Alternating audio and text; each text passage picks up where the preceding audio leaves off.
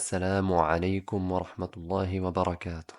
Aujourd'hui, je vais répondre à ceux qui crachent sur l'Algérie alors qu'ils vivent dans un pays qui les méprise, les humilie et les détruit. Je fais cette partie 2 parce que dans la première vidéo, j'ai eu beaucoup de commentaires négatifs. Donc bismillah. Vous osez critiquer votre propre pays alors que vous êtes les chiens de garde d'un État qui vous déteste? Vous avez oublié le sang de vos ancêtres? Vous avez oublié les camps de concentration, les massacres, les humiliations que la France vous a fait subir? 132 ans d'occupation. Et vous continuez à défendre votre bourreau? Première critique. L'Algérie, c'est un pays sous-développé. Sous-développé par qui? La France, elle a pillé nos richesses. Elle a massacré notre peuple. Elle a détruit notre éducation et notre économie. C'est elle qui nous a mis à terre. Elle nous a volé beaucoup de nos ressources, que ce soit les ressources naturelles ou autres, les trésors historiques. Et maintenant, vous avez le culot de dire que l'Algérie, elle est en retard. La France, elle s'est construite sur notre dos. D'accord? Elle s'est construite sur notre dos. Et maintenant, elle est en train de s'effondrer sous son propre poids. Elle a une dette à plus de 300 milliards d'euros. Elle a une pauvreté qui explose. Elle a un avenir bouché pour ses propres citoyens. Pendant ce temps, l'Algérie se reconstruit, alhamdoulilah. Et ça vous dérange de voir votre pays avancer?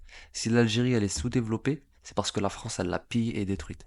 Donc ne retournez pas le problème contre votre propre pays. Je préfère la sécurité en France. Tu parles de quelle sécurité? Des attaques islamophobes tous les jours? Des femmes voilées, agressées, harcelées, humiliées? Des émeutes, des agressions, des quartiers, où même la police a peur d'aller.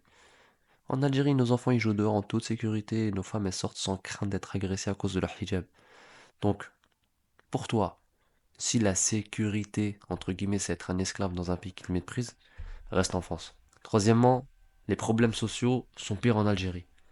Regarde la France avant de parler. Drogue, prostitution, violence, idéologie LGBT imposée dès l'école. Des jeunes perdus, sans repère, qui finissent en prison ou suicidés. Une société qui a perdu toute morale, où les familles explosent, où les valeurs islamiques, elles sont combattues et qui disparaissent petit à petit. En Algérie, malgré ses défauts, l'islam, alhamdoulilah, il est encore vivant. Et en France, ils veulent le tuer. Donc si tu restes là-bas, ils tueront ta religion et celle de tes enfants avec. Je suis né en France, je reste ici. Pharaon, il a gardé les Benu Israël en esclavage aussi. Pourtant, Allah, il leur a ordonné de partir quand même. Toi, t'es né en France. Mais ce pays, ce sera jamais le tien.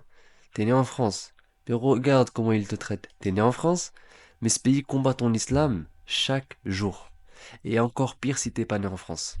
Allah il dit dans le Coran, dans la traduction des sans rapprochés, certes, ceux à qui les anges ôtent la vie alors qu'ils se faisaient du tort à eux-mêmes, ils leur diront, dans quelle situation étiez-vous?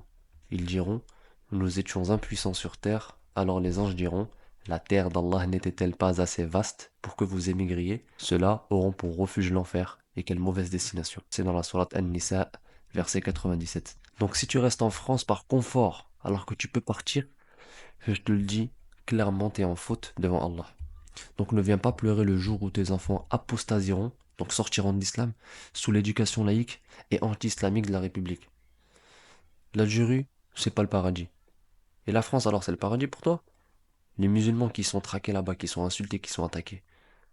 D'accord? Tes enfants qui sont éduqués par un système qui déteste l'islam. Tes femmes qui sont persécutées pour un simple hijab. L'Algérie, elle n'est pas parfaite. Mais ici, tu viens en terre d'islam. Ici, on ne te force pas à abandonner ta religion pour t'intégrer.